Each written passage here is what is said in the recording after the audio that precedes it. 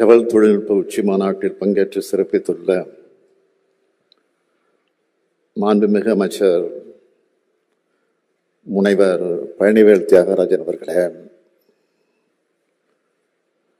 நிகழ்ச்சியில பங்கேற்று சிறப்பித்துக் கொண்டிருக்கக்கூடிய மாண்புமிகு அமைச்சர் தாமு அன்பரசன் அவர்களே, ஒன்றிய அரசினுடைய ஐடி செயலாளர் கூடுதல் தலைமைச் செயலாளர் திரு கிருஷ்ணன் அவர்களே, கூடுதல் தலைமைச் செயலாளர் திரு திரேஷ்குமார் IAS அவர்களே, எல்காட் மேலாண்மை இயக்குனர் டாக்டர் அனீஷ் சேகர் IAS அவர்களே, HCL டெக் மேலாண்மை இயக்குனர் அவர்களே, தொழில்நுட்ப முதலீட்டாளர் திரு யஷ் சுந்தரம் அவர்களே, HP இந்தியா முதுநிலை துணைத் தலைவர் அவர்களே, அமெரிக்கா, ஆஸ்திரேலியா, பிரான்ஸ், ஜப்பான் மற்றும் கொரியா நாடுகளின் துணை தூதர்களே, மாநாட்டிற்கு வருகை தந்துள்ள தகவல் தொழில்நுட்ப வல்லுநர்களே, தொழிலதிபர்களே, அரசு உயர் அலுவலர்களே, பத்திரிகை மற்றும் ஊடகத்துறை சார்ந்த நண்பர்களே,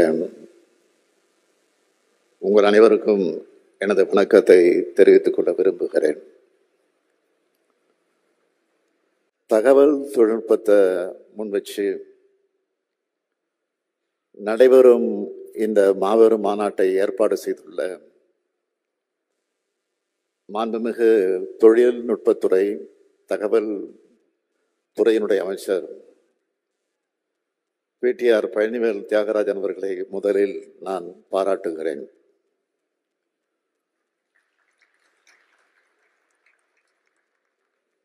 மூணு தலைமுறையா நாட்டுக்கு தொண்டாற்றி வரும் குடும்பத்துக்கு சொந்தக்காரர் அவர்.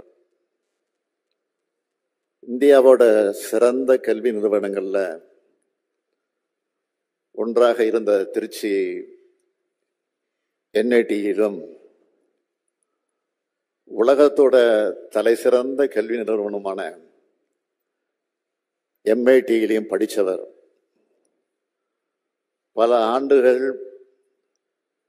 வெளிநாட்டில் படித்து வேலை செஞ்சிருந்தாலும் அங்கேயே தங்கிடாம தமிழ்நாட்டுக்கு திரும்ப வந்து இங்கேயும் தொழில் வர்த்தகம்னு ஒதுங்கிடாம அவரோட அப்பா தாத்தா மாதிரியே அரசியலில் பங்கெடுத்து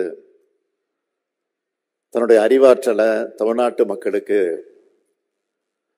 தமிழ்நாட்டு மக்களுடைய நலனுக்கு கொடுத்துட்டு இருக்கக்கூடியவர் அவர்.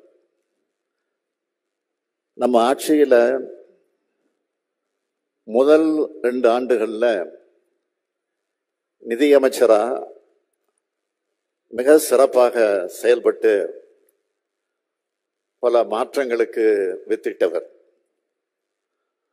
மாண்புமிகு அமைச்சர் PTR பழனிவேல் தியாகராஜன் அவர்கள், அவரை நான் IT துறைக்கு மாற்றினேன். அவரை நான் மாற்றியதற்கு காரணம் IT துறையிலும் நிதித்துறை போல மாற்றங்கள் தேவைப்பட்டது. அவருடைய தலைமையில தகவல் தொழில்நுட்பத்துறை மூலமா தமிழ்நாட்டோட பொருளாதார வளர்ச்சியும் தமிழ்நாட்டு இளைஞர்களுக்கான வேலை வாய்ப்பும் அதிகமாகும். நான் கொடுத்த பொறுப்பை அவர் சிறப்பா செயல்படுத்துகிறார் என்பதற்கு இந்த மாநாடு எடுத்துக்காட்டாய் அமைந்திருக்கிறது. அவருடைய பணி மேலும் சிறக்க வாழ்த்துகிறேன், பாராட்டுகிறேன். 1/4 நூற்றாண்டுக்கு முன்பே வருங்காலம் என்பது கணினியின் காலம், தொழில்நுட்ப காலம் என கணிச்சவர் முத்தமிழறிஞர் கலைஞர் அவர்கள். அதனாலதான் 1996, 2001 காலகட்டத்திலேயே கணினி வாசலை தமிழ்நாட்டில் திறந்து வச்சார். அவரால் மேற்கொள்ளப்பட்ட தொலைநோக்கு பார்வை கொண்ட முயற்சிகளால் தான் இந்தியாவோட ஐடி தொழில் புரட்சியில தமிழ்நாடு முதன்மை மாநிலமா திகழுது. இந்தியாவிலேயே முதல்ல 1997 ஐடி பாலிசி, ஐடிக்குன்னு தனித்துறை, டாஸ்க் போர்ஸ், தமிழ் நெட் 99ன்னு ஐடி துறையில தமிழோட மாபெரும் பாய்ச்சல் கலைஞர் ஆட்சி காலத்துல தான் தொடங்குச்சு. நாட்டோட முதல் ஐடி பார்க்க டைடல் பூங்காவில் 2000 ஆண்டில் உருவாக்கினார். இது எல்லாத்தையும் 4 நூற்றாண்டுக்கு முன்னாடியே செஞ்ச பெருமை கலைஞரை தான் சேரும். அதனாலதான் நாங்கள் அவரை நவீன தமிழ்நாட்டோட சிற்பின்னு சொல்றோம்.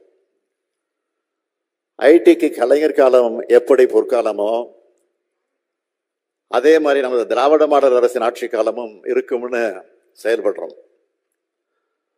அதனாலதான் நீண்ட ஆலோசனைகளுக்கு பிறகு தமிழ்நாடு தரவு மைய கொள்கை 2021, தமிழ்நாட்டிற்கான தரவு கொள்கை 2022, தகவல் தொழில்நுட்பத்துறைக்கான தரவு கொள்கை 2022, தகவல் தொடர்பு உட்கட்டமைப்பிற்கான கொள்கை 2022 என முக்கியமான தகவல் தொழில்நுட்ப கொள்கை முடிவுகளை, அறிக்கைகளை அரசு வெளியிட்டிருக்கு. அதோடு பொது தனியார் கூட்டு முறையில தகவல் தொழில்நுட்ப நகரங்களும் டைடல் பூங்காக்களும் உருவாக்க தகவல் தொழில்நுட்ப பூங்கா கட்டமைப்பாளர்கள் மற்றும் முதலீட்டாளர்களோட ஆலோசனைகளை மேற்கொண்டோம்.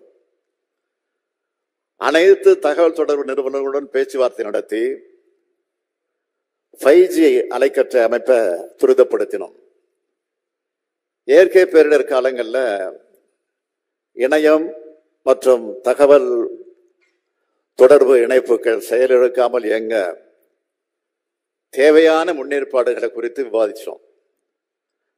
அனிமேஷன், விஷுவல் எஃபெக்ட்ஸ், கணினி விளையாட்டுகள் மற்றும் காமிக்ஸ் துறை சார்ந்த நிறுவனங்களோட 2 முறை கலந்துரையாடல்கள் நடத்தணும். நம்ம தமிழ்நாட்டில் இந்த துறைகளில் வர்த்தகம் துவக்கிறதுக்கான முயற்சிகளை செய்து கொண்டிருக்கோம். நான் அடிக்கடி சொல்வதுண்டு, எனக்கு 2 கனவுகள் இருக்கு. ஒன்று, தமிழ்நாட்டை $1 டிரில்லியன் பொருளாதாரமாக உயர்த்தணும். இன்னொன்று, உலகத்தோட மனிதவள தலைநகரமா தமிழ்நாட்டை மாற்றணும். அதுக்காக முழு ஈடுபாட்டோட என்னை நானே அர்ப்பணிச்சுக்கிட்டு இருக்கேன். வளர்ச்சிங்கிறத வெறும் எண்கள்ல மட்டும் இல்லை, மக்களோட வாழ்க்கை தரத்தில் காட்டுறோம். எல்லா துறைகளும் அதுக்கான செயல் திட்டங்களோட சிறப்பா செயல்படுது. அதுல முக்கியமான துறையா தகவல் தொழில்நுட்பத்துறை இருக்கிறதுல எனக்கு மிகுந்த மகிழ்ச்சி. ஐடி துறையோட வளர்ச்சியும் முன்னேற்றமும் இப்போ நம் கண் முன்னாடி தெரியுது.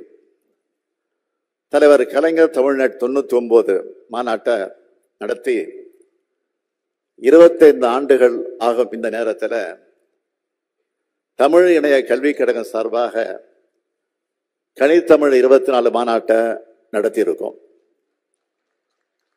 10 நாடுகளிலிருந்து 60க்கும் மேற்பட்ட கல்வியாளர்கள், அறிஞர்கள், தொழில்துறை வல்லுநர்கள் இதுல கலந்துக்கிட்டாங்க.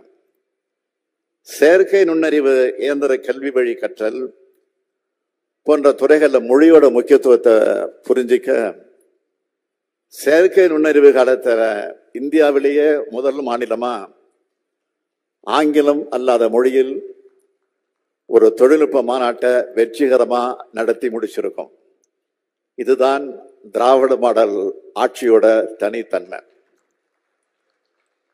எல்காட்டில் அனுமதி வழிமுறைகள் அதை மேம்படுத்துறதுனால 5G அலைக்கற்றை நடைமுறைப்படுத்தல துரிதப்படுத்தி இருக்கும்.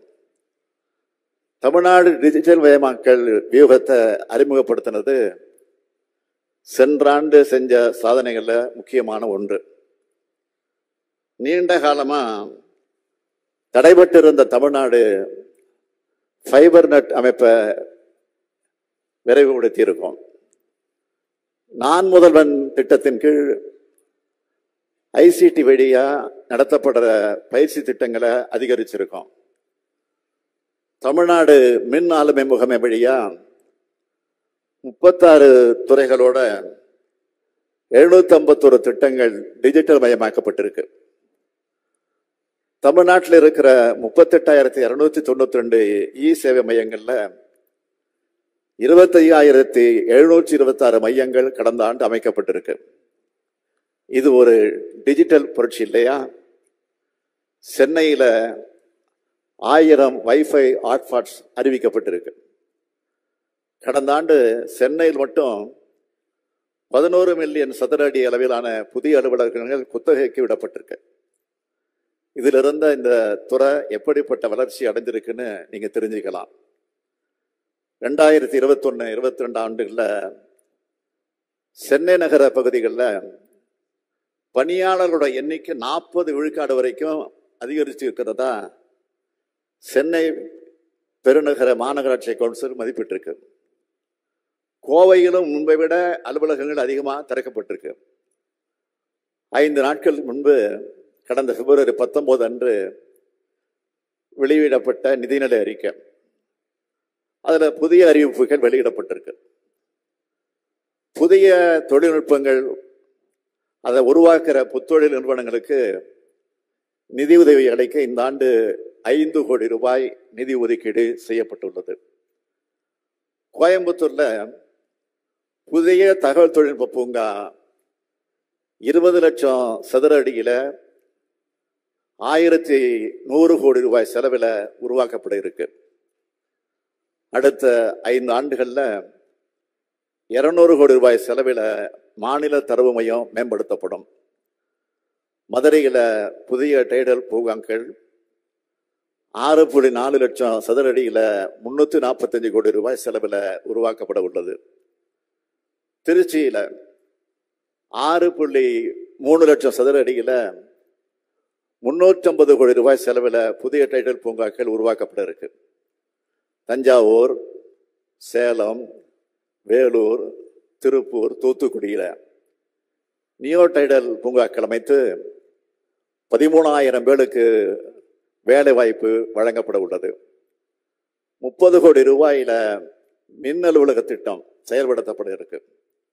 சென்னை, கோயம்புத்தூர், மதுரை, திருச்சி, சேலத்தில் இலவச வைஃபை வசதிகள் என பல்வேறு திட்டங்களை இந்த நிதி அறிக்கையில அறிவிச்சிருக்கிறோம். இதெல்லாம் நிச்சயம் ஐடி துறையை வளர்க்கும். மாண்புமிகு அமைச்சர் பழனிவேல் தியாகராஜன் தலைமையிலான இந்த துறையில் தமிழ்நாடு இந்தியாவோட முதன்மை மாநிலமா உயரும் என்ற நம்பிக்கை எனக்கு இருக்கு. தமிழ்நாட்டின் உலகின் மனிதவள தலைநகரமா மாற்றுவோம். தகவல் தொழில்நுட்பத்துறையினர் தேடி வரும் நகரமாக ஆக்குவோம். தொழில்நுட்பத்தில் உலக நாடுகள் எப்படிப்பட்ட முன்னேற்றத்தை அடையுதோ அதே தொழில்நுட்ப வளர்ச்சியை அதே காலத்தில் உருவாக உழைப்போம், உழைப்போம், உழைப்போம் என கூறி விடைபெறுகிறேன். நன்றி, வணக்கம்.